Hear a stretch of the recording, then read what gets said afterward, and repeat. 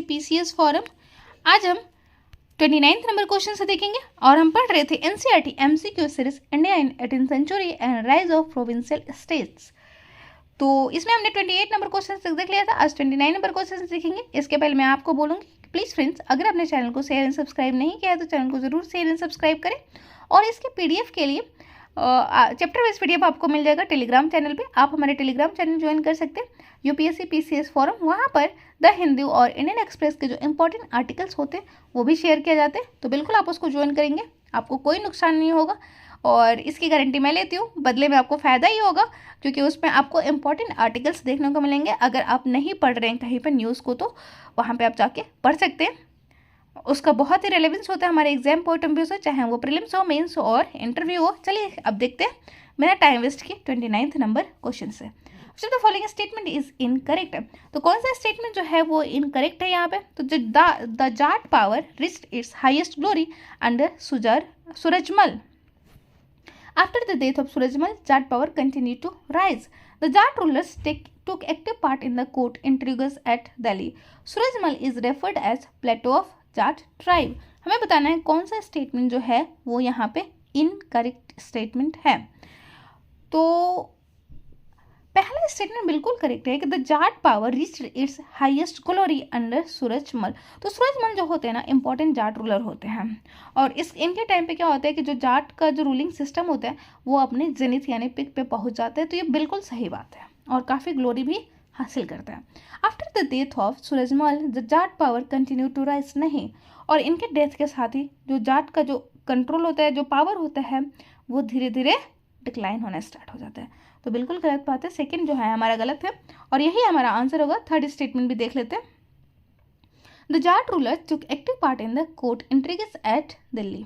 तो बिल्कुल सही बात है, जो जाट रूलर्स होते थे वो काफ़ी एक्टिव रोल प्ले करते थे दिल्ली कोर्ट के इंट्रिग्स में। Surajmal is referred as Plato of Jat tribes. तो ये भी क्वेश्चन बन सकता है कि प्लेटो ऑफ जाट ट्राइब किनको कहा जाता है? तो बिल्कुल वो सूरजमल ही है, उन्हीं को कहा जाता है। ऑप्शन नंबर हमारा बी हो जाता है इनकरेक्ट, क्योंकि उनके डेथ के बाद क्या होता है कि जो जाट पावर होती है वो डिक्लाइन होना स्टार्ट हो जाते हैं। एक बार एक्सप्लेनेशन में देख लेते हैं। सूरजमल के डेथ के बाद क्या होता है? डिक्लाइन होना स्टार्ट हो जाता है उनकी इम्यूनिटी और जो कंट्रोल होता है, जो जाट पावर होता है वो स्प्लिट होने लगता है पिट्टी जमींदार के अंतर्गत। आपको पता है जैसे ही सेंट्रल अथॉरिटी वीक होती है तो जो छोटे छोटे पावर होते हैं वो खुद ऊपर आने लगते हैं और ये हम हर केस में देखेंगे, चाहे वो मेडिवल हिस्ट्री हो, एंशिएंट हिस्ट्री हो, वो हमें हर जगह देखने को मिलेगा। सारी ही रूलिंग पीरियड में हमें देखने को मिलेगा। तो सूरजमल क्या होते हैं? हाईएस्ट ग्रेटेस्ट जाट रूलर होते हैं और उनके टाइम पे क्या होता है, जाट रूलिंग जो सिस्टम होती है वो अपने जेनिथ को पहुंच जाती है। वो स्टेब्लिश करते हैं जाट किंगडम को और अडॉप्ट करते हैं land revenue system on the same pattern of Mughals. उनको प्लेटो ऑफ जाट भी कहा जाता है। ऑप्शन 30 नंबर क्वेश्चन देख लेते हैं। Which of following statement are correct regarding Sikhism. Sikhism का रिगार्डिंग कौन सा स्टेटमेंट जो है वो करेक्ट है? तो Sikh religion was founded by Guru Nanak at the end of 15th century AD. The transformation of Sikh into militant and fighting community was begun by Guru Hargobind Singh. Guru Govind Singh was the last Guru of the Sikh rulers. हमें बताना है यहाँ पे कौन सा statement जो है वो करेक्ट है रिगार्डिंग सिखिज्म। बिल्कुल पहला बिल्कुल सही है कि सिख रिलीजन जो है वो फाउंड किया गया था गुरु नानक के द्वारा 15th century के एंड में। लेकिन ऐसा नहीं था कि उनका जो वो डेलिबरेटली एक नए रिलीजन की स्थापना करना चाहते थे हिंदुइज्म के अगेंस्ट। ऐसा नहीं था, वो एक निर्गुणा सेंट थे, वो रिचुअल्स में बिलीव नहीं करते थे। तो इसलिए मतलब वो अपना वर्शिप का जो सिस्टम था उन्होंने अलग अपना लिया था। हमने देखा ना, तो भक्ति सिस्टम है, भक्ति मूवमेंट्स के टाइम में बहुत सारे जो लोग थे वो दो पार्ट में बट गए थे। एक निर्गुणा सेंस होते थे और दूसरे सगुणा सेंस होते थे। निर्गुणा सेंस वो होते थे जो एब्स्ट्रैक्ट फॉर्म ऑफ गॉड में बिलीव करते थे। सगुणा सेंस एक्चुअली वो होते थे जो आइडल फॉर्म ऑफ गॉड में बिलीव करते थे। Transformation of Sikh community into militants fighting community was begun by Guru Hargobind Singh. बिल्कुल सही बात है। और गुरु गोविंद सिंह जो होते हैं वो लास्ट गुरु होते हैं सिख के, ये भी सही बात है। 9वें जो गुरु होते हैं वो गुरु तेग बहादुर होते हैं। दूसरे गुरु होते हैं गुरु अंगद और गुरु अंगद को ही लहना भी कहा जाता है। और गुरु अर्जन देव ने कंपाइल किया था गुरु गोविंद सिंह के जितने भी गुरु नानक जी के जितने भी सारे मतलब उनके प्रोज थे उनको कंपाइल किया गया था गुरुमुखी स्क्रिप्ट में। तो ये सारी चीज़ें आप, और सबसे पहले ये स्टार्ट किया गया था गुरु अंगद के द्वारा जो सेकेंड गुरु थे। तो ये सारी चीज़ें आपको ध्यान रखनी है। गुरु हरगोबिंद जो थे वो 6ठे गुरु थे, और गुरु अर्जुन देव जो थे वो 5वें गुरु थे। उनको मार दिया गया था जहांगीर के द्वारा, गुरु तेग बहादुर को मार दिया गया था औरंगजेब के द्वारा, ये भी आपको ध्यान रखना है। तो गुरु हरगोबिंद सिंह 6ठे गुरु थे, और वो ट्रांसफॉर्म कर देते सिख को किस में, मिलिटेंट और फाइटिंग कम्युनिटी में। और गुरु गोबिंद सिंह ने फाउंड किया था खालसा पंथ को। और नेक्स्ट क्वेश्चन देखते हैं 31st number. The Sikh were organize into 20 misls or confederacy. Second, the invasion of Nadir Shah and Ahmad Shah Abdali consequent dislocation of Punjab administration gave the Sikh an opportunity to rise again. The Sikh power reached its zenith under Ranjit Singh. हमें बताना है कि कौन सा statement जो है वो correct है। तो पहला स्टेटमेंट वो बिल्कुल करेक्ट नहीं है, क्योंकि यहाँ पे 20 मिसल्स नहीं थे, एक्चुअली 12 मिसल हुआ करते थे, ठीक है। और रंजीत सिंह जो थे वो सुकर चकिया मिसल से बिलोंग करते थे। ऑप्शन नंबर फर्स्ट हमारा रॉन्ग हो जाता है। सेकंड होता है the invasion of Nadir Shah and Ahmad Shah Abdali क्या करते हैं, डिसलोकेट करते हैं पंजाब एडमिनिस्ट्रेशन को, give the Sikh an opportunity to rise again. ये भी बिल्कुल सही बात है। नादिर शाह अहमद शाह के टाइम पे ही क्या होता है, अहमद शाह अब्दाली क्या करते हैं, थर्ड बैटल ऑफ पानीपत होता है उसके टाइम मराठास के साथ, और मराठा उसमें क्या होते हैं, डिफीट हो जाते हैं।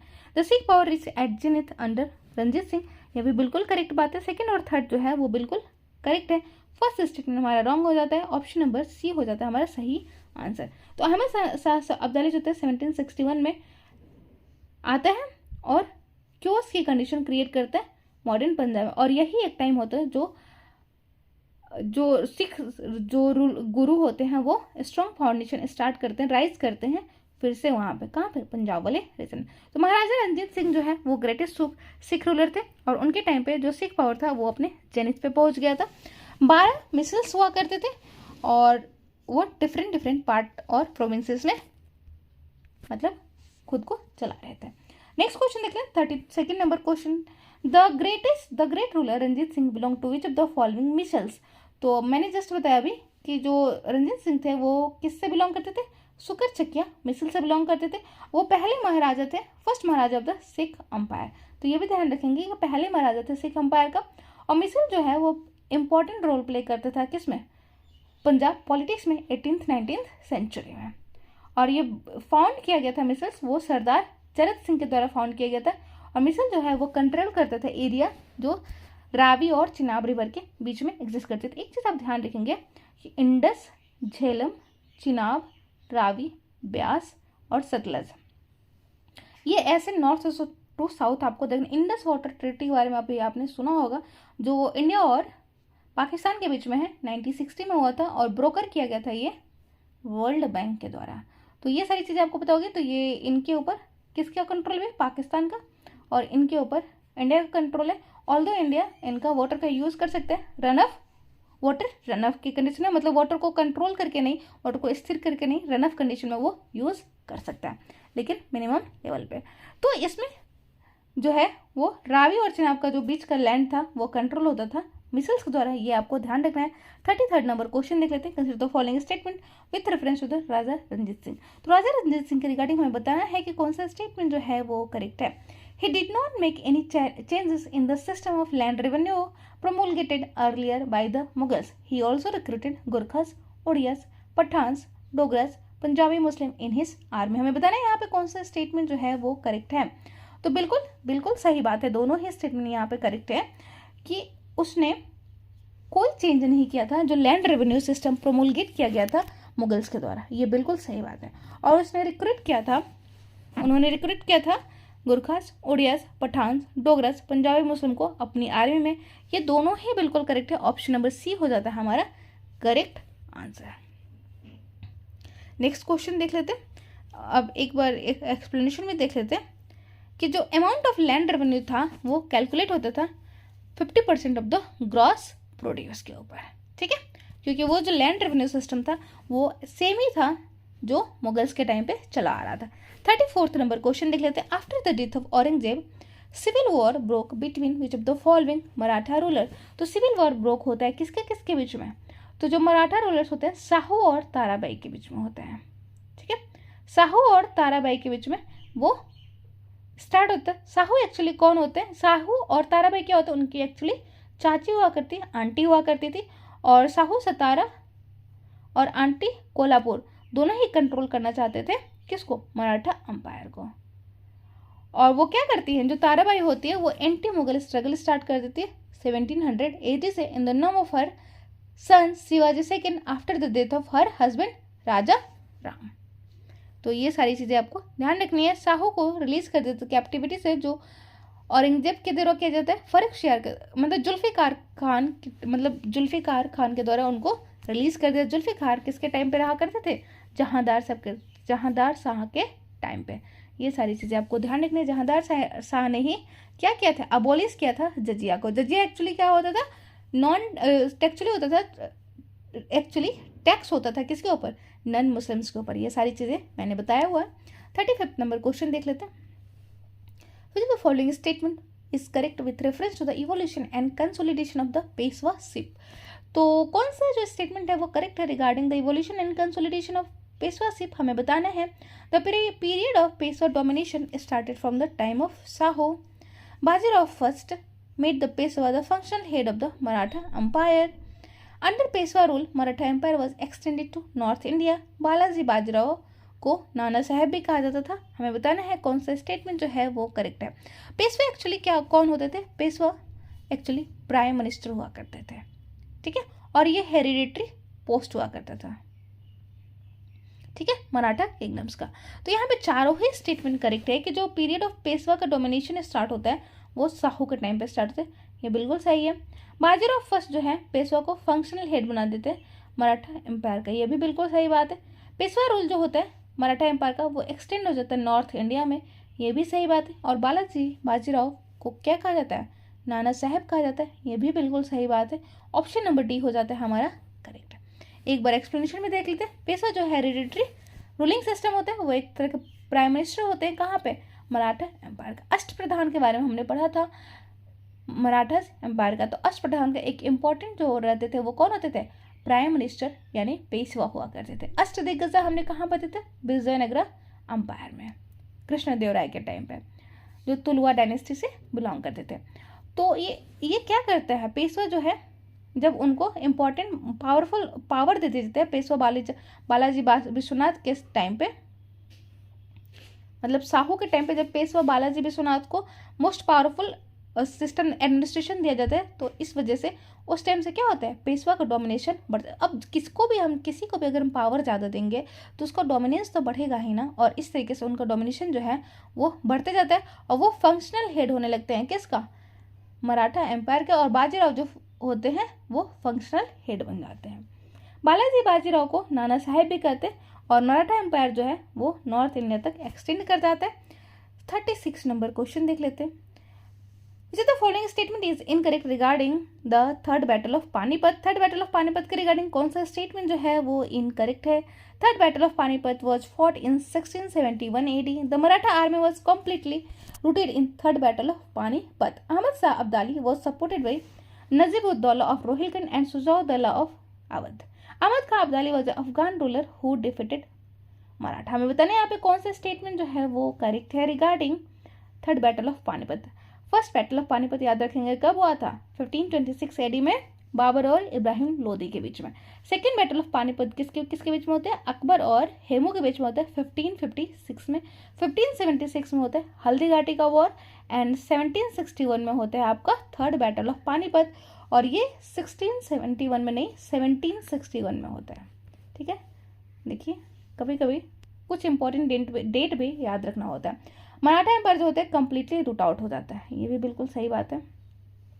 अहमद खान जो है वो सपोर्ट होते हैं नजीब-उद-दौला जो कि रोहिलखंड से और शुजा-उद-दौला जो कि अवध से बिलोंग करते हैं, उन दोनों के द्वारा ही सपोर्ट में आते हैं वो. और अहमद शाह जो अब्दाली होते हैं वो अफगान रूलर होते हैं जो डिफीट कर देते हैं मराठास को. यहाँ पे तीनों ही स्टेटमेंट हमारे करेक्ट है. ऑप्शन नंबर ए हो जाएगा करेक्ट. 37 नंबर क्वेश्चन देख लेते हैं. और यहाँ पे दिया हुआ है किंग्स और territories match of the following है. ये हमें बताना है कौन किससे रिलेटेड है. तो यहाँ पे जो सिंधिया, गायकवाड़, होलकर, भोसले, ग्वालियर, इंदौर, बड़ौदा और नागपुर. तो यहाँ पे जो हमें बताना है भोसले जो हैं वो नागपुर से बोलते हैं. इंदौर से हैं आपके होलकर. गायकवाड़ से हैं एक्चुअली, बड़ौदा से हैं एक्चुअली गायकवाड़, और सिंधिया जो है वो ग्वालियर से हैं।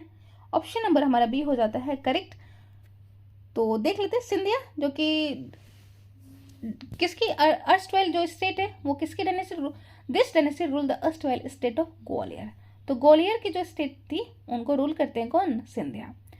और वो ब्रिटिश राज के दिन 19 और 20 सेंचुरी के टाइम पे वो प्रिंसली स्टेट बन जाता है ग्वालियर, ये आपको पता है। गायकवाड़ जो होते हैं वो कहाँ से बिलोंग करते हैं, बड़ौदा से, और ruled the princely state of Baroda in western India from 18th century से 1947। होलकर जो होते हैं वो जनरल्स होते हैं पेशवास के अंदर, और कौन से पेशवा, बाजीराव वन और उनके बाद के जितने सारे पेशवा होते हैं उनके वो जनरल्स होते हैं। और महाराजा ऑफ इंदौर जो होते हैं वो बन जाते हैं कौन, होलकर से, as an independent member of Maratha empire. Bhosle कहाँ से बिलोंग करते हैं, नागपुर से, और रूल करते हैं under the rule of Marathas of Bhosle dynasty in the 18th century. The city of Nagpur was capital of the state. 38 number question देख लेते हैं। Who among the following Maratha women lead the struggle against the Mughal Empire from 1700 AD onwards? तो हमने अभी just देखा ताराबाई जो शाहू की aunt थी, ठीक है, वो लड़ती हैं, वो रिबेल हो जाती है किसके अगेंस्ट में, मुगल्स के अगेंस्ट में 1700 AD के ऑनवर्ड्स। उनके हस्बैंड का जब डेथ हो जाता है राजा राम का तब, और वो अपने बेटे शिवाजी सेकंड को बनाती है किसको, किंग ऑफ मराठा, और वो सक्सेसफुल होते हैं कैप्चर करने में फोर्ट ऑफ सिंधुगढ़, रायगढ़ और सतारा मुगल्स का। 39 नंबर क्वेश्चन देख लेते हैं। बैटल ऑफ पानीपत दिया हुआ है और इसमें बताना है कि कौन किससे रिलेटेड है और कौन सा इनकरेक्टली मैच्ड है एक्चुअली। तो फर्स्ट अभी हमने जैसे देखा बाबर और इब्राहिम लोधी, बिल्कुल सही बात है, 1526 AD में। फिर सेकेंड जो होता है वो हेमू और अकबर की आर्मी के द्वारा होता है, न कि हुमायूं के। ये बिल्कुल गलत है क्योंकि ये तो 1556 में होता है, ठीक है, जब अकबर वहाँ का रूलर बनता है। वैसे तो मतलब बैरम खान जो होते हैं वो उनके अंतर्गत होता है, बैरम खान ही लीड करते हैं, लेकिन अकबर रूलर होते हैं और काफ़ी कम एज के 13 ईयर्स और कुछ मंथ के होते हैं वो उस टाइम पे। और थर्ड जो होता है अहमद शाह अब्दाली और मराठास के बीच में होता है। सेकेंड जो है हमारा इनकरेक्ट हो जाता है क्योंकि हुमायूं नहीं होते, वो अकबर की आर्मी होती है। 40 नंबर क्वेश्चन देख लेते हैं। Which of the following statement is incorrect regarding the trade and commerce in 18th century. तो 18th सेंचुरी के ट्रेड एंड कॉमर्स रिगार्डिंग हमें बताना है कौन सा स्टेटमेंट जो है वो इनकरेक्ट है। Indian agriculture during the 18th century was technically forward and dynamic. Extensive trade within the country and between India and other countries of Asia and Europe was carried under Mughals. Tea was imported from the Singapore. None of the above. हमें बताना है यहाँ पे कौन सा statement जो है वो इनकरेक्ट है। तो इंडियन एग्रीकल्चर जो थी 18th सेंचुरी में वो फॉरवर्ड और एडवांस नहीं हुआ करते थे, वो काफ़ी स्टैग्नेंट टाइप का एग्रीकल्चर होता था, प्रिमिटिव टाइप का एग्रीकल्चर था, ठीक है। तो ये आपको ध्यान रखना है। और कंडीशन जो थी पिजेंट्स की वो काफ़ी वल्नरेबल हुआ करती थी।